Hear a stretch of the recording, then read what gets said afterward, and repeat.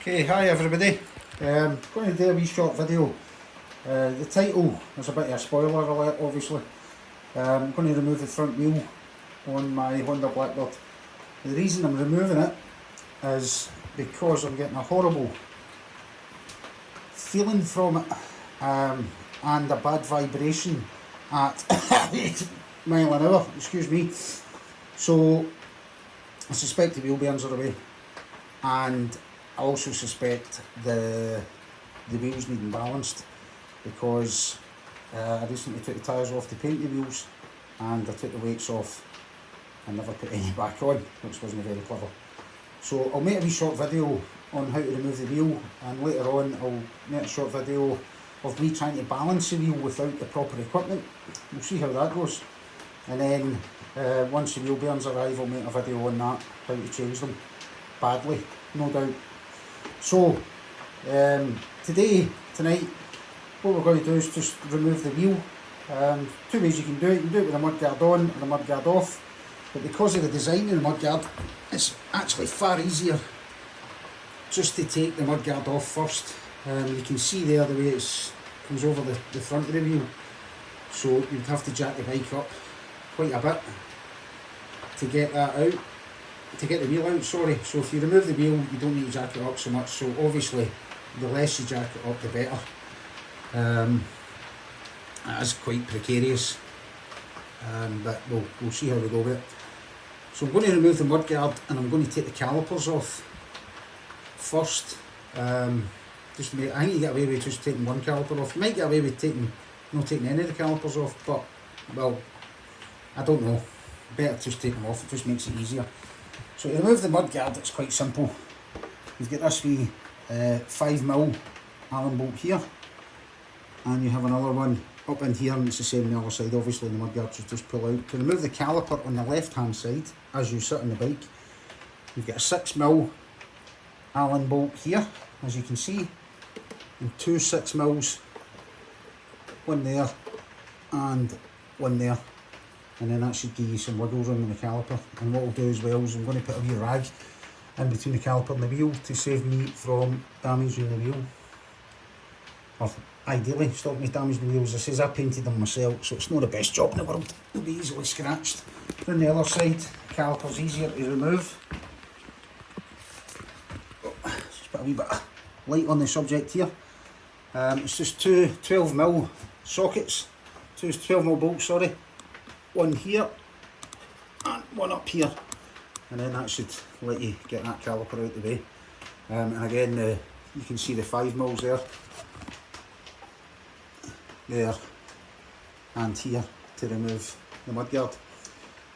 Other tools you'll need is the same 12mm socket for the pinch bolts, the front of the forks there, as you can see, two at this side, two at that side, if I make my way around there without destroying the place. And I believe it's a 22mm socket for the spindle. The spindle itself, I'll just check that. Yep, 22mm socket for this bolt here, which will then release the socket. And I've got a wee cheap screwdriver there, just to put it through here, and that will help me pull the spindle out once I've got it loosened off. So what we'll do is we'll loosen off that 22mm round here, then we'll take that out. In fact, you'll see that coming out. Then we'll loosen off the pinch bolts, and when we get to that point, the mudguard will be away, obviously, in the calipers, and the wheel should just, once we pull the spindle out, the wheel should just come free. I'm using my iPad for this because I'm a tramp and I haven't got a stand for my action camera thing, so my iPad is precariously balanced. Trying to get my finger out the way there, on top of an old air filter for the Blackbird and a wee silly chair. So if it falls over, hopefully I'll notice, hopefully it won't get smashed. In fact, what I'm going to do is going to put some protection down. because I really don't want that broken, obviously, for obvious reasons. That should hopefully stop that from happening. So we'll just get started. First of all, I'm going to take the mudguard off, so it's 2 5mm. We'll see how we go with that. So I've got them on a wee ratchet. Obviously you can use an Allen key, but it's a bit easier with a ratchet. Put that down there. There's a captive nut at the other side of this. Got in trouble with before and I had to drill the bolts out, so a wee bolt might fall down the back there somewhere. I'll take this out, probably will.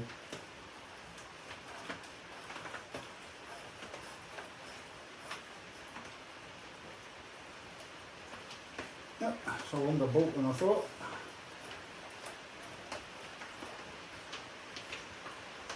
There we go. And the same over the other side.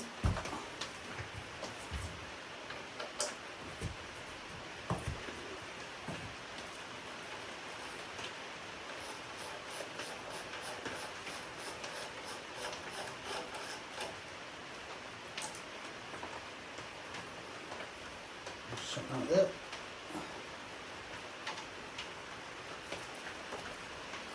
Do this one.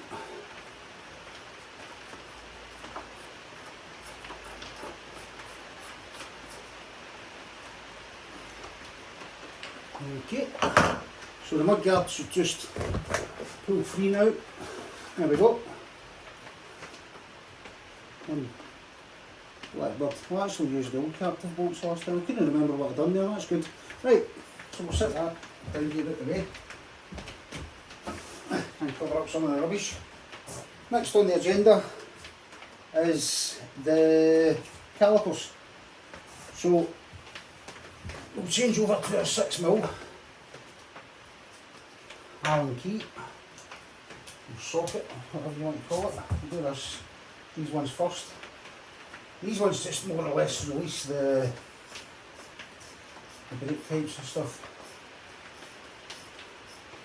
At some point I'll need to change the fluid, the brake fluid on the bikes. The brakes are getting a bit spongy, but I'm kind of scared to do it because it's the linked brakes. So they're a nightmare to bleed properly, so I'll do a wee bit of homework on that, and then I'll do a wee video on that as well.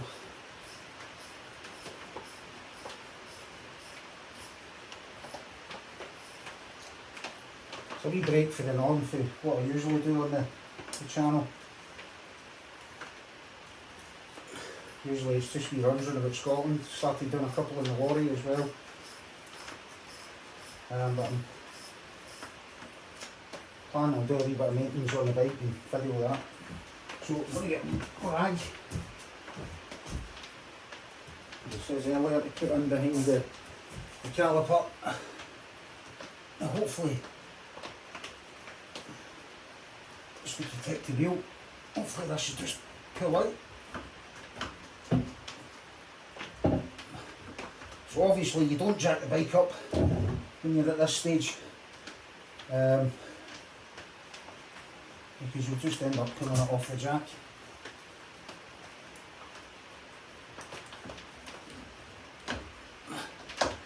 Okay,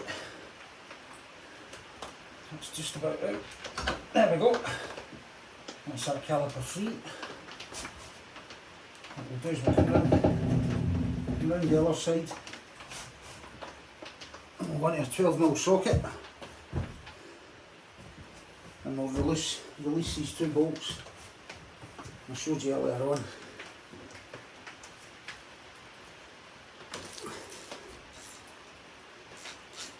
So obviously when you're putting this back together, you should use the wee bit of Loctite and use the manufacturer's torque settings, because you don't want one of these coming loose. There we go.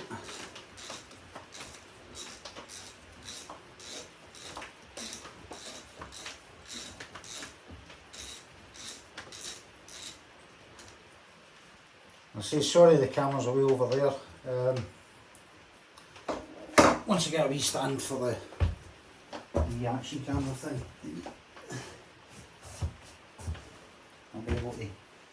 show you in more detail. It's kind of self-explanatory though. So again, I'm just going to give the caliper a wee wiggle. Get it out, make sure that rag's in behind it. Save myself the damaging the wheel, damaging the dodgy paint job on the wheel, should I say.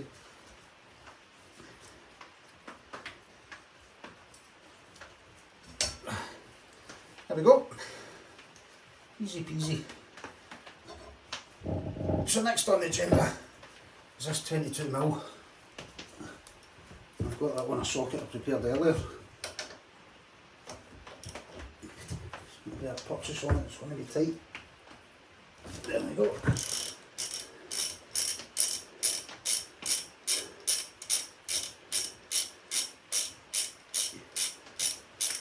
So, slightly different for quite a few bikes. I don't know if all Hondas are the same, to be honest, actually. You see there, it's just a bolt that goes on the spindle, and that's what pulls it in and secures the spindle. Got a bit of light on it there. Okay, so next on the agenda is pinch bolts, 12mm again. So you don't need to take these right out, you just need to loosen them off.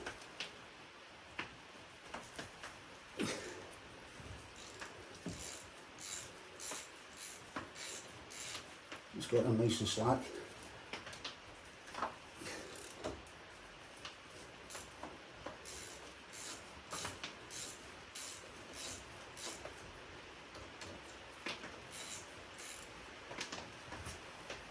And the other side. So around so you can see it there. Move my wee light over. Move that out of the way. So again, a bit of Loctite on them, and the manufacturer's top settings when you're putting it back together.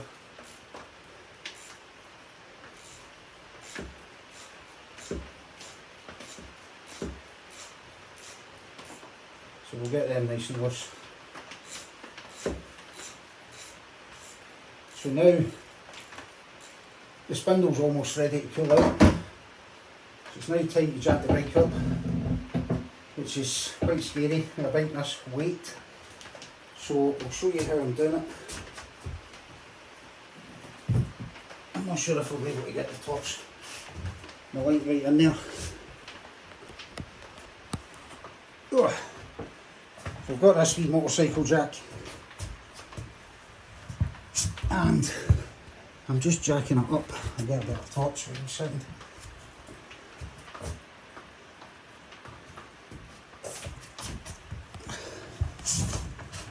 So, I don't know if I'll be able to catch it actually, but that lock stand there's just at the front of the, where the sump guard is, where the sump plug is, sorry, and that'll jack the bike up. For some reason I don't get much clearance. I don't know if this is normal. When the bike's on the centre stand I don't get much clearance with the back wheel, so what I've had to do is move it off the back of the sort of worktop I've got as a base for the bike there, so there is a bit of movement. When I try and jack it up, otherwise it's trying to lift the whole bike up and it's just trying to topple it over, which isn't ideal.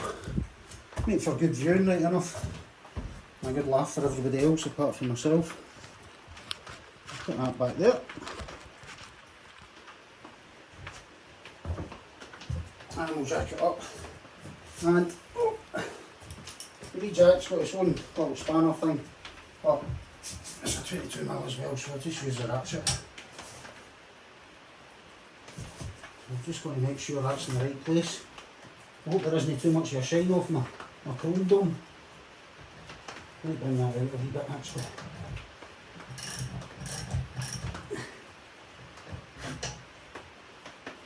Right, that should be fine. As I'm jacking it, I'm just going to hold on to the handlebar just to make sure. So we don't need to come up much with it, just enough to clear the wheel. See there, the wheel's nice and free. And the bike's relatively stable. I'll bring it down a wee notch.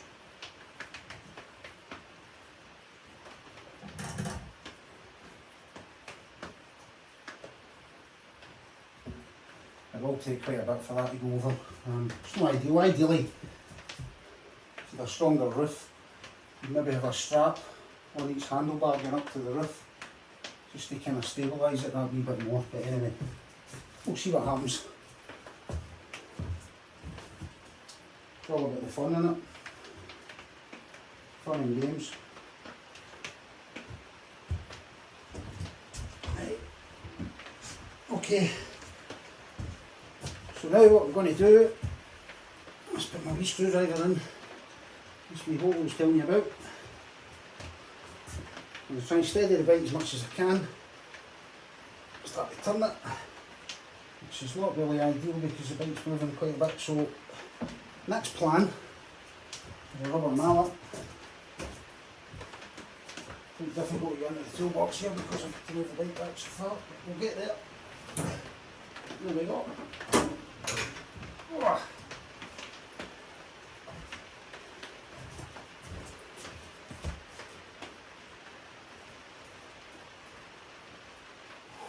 Oh, dodgy. Right, so rubber mallet.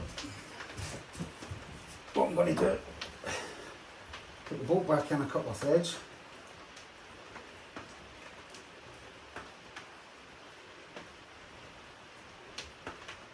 Right, don't just put it in one thread because when you hit it with a mallet, chances are you'll damage it. Steady the bike, give it a few whacks, bring it out, one thread or two, give it another couple of whacks.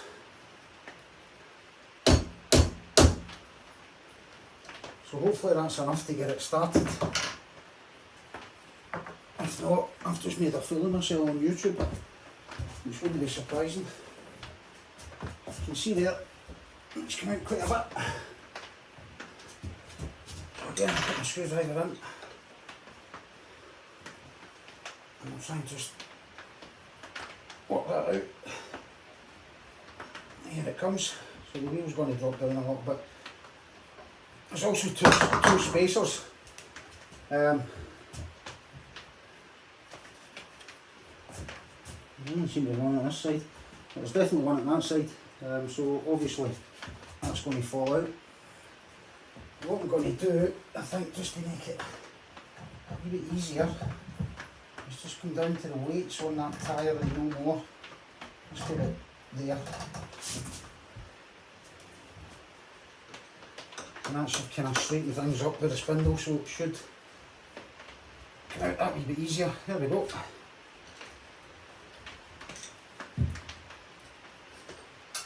Spindle out, there's a spacer. Sure there was a spacer there. So these obviously we cleaned and re-greased, same as the spindle. I think the spacer is actually still in the other side. I've never heard it drop. No, it's still there. It'll be a bit of a nightmare. You need 4 hands in putting it back together to hold the spacers in place because they always just fall out. So that's that. So we're going to just take the weight of the bike again. And because I've removed the mudguard, you don't really need to take a lot of weight off it, you just need to take the weight off the bike, which is there, and it's pretty damn stable. And just roll the wheel out. There we go, it's as easy as that. Just take that spindle out and I'll leave it down at that side. So I know which side what's what. The bigger spindle goes on the right hand side of the bike as you're sitting on it. Smaller one on the left hand side. So as I say, I will be doing a video on the wheel bearings and on balancing it. I'm going to try and balance it. I don't know how successful it'll be without the proper stuff obviously, but seemingly it can be done. So we'll give that a wee whirl. I've not got a bearing puller either, so it'll probably be brute force and ignorance. You know, screwdriver and a hammer, which is not advised, but obviously this is just for entertainment purposes. So that's how you remove the wheel on a Honda Blackbird. Easy peasy. You maybe noticed got an old petrol tank sitting there to the left, and that belongs to this old girl, 1979 GS 850. 5 years I've had it, 5 years I've been doing it up. But I've been stumped by the petrol tank being rotten. Got it painted, thought I'd fixed it, got it painted. And then petrol was pulling out the side of it, so obviously I hadn't fixed it.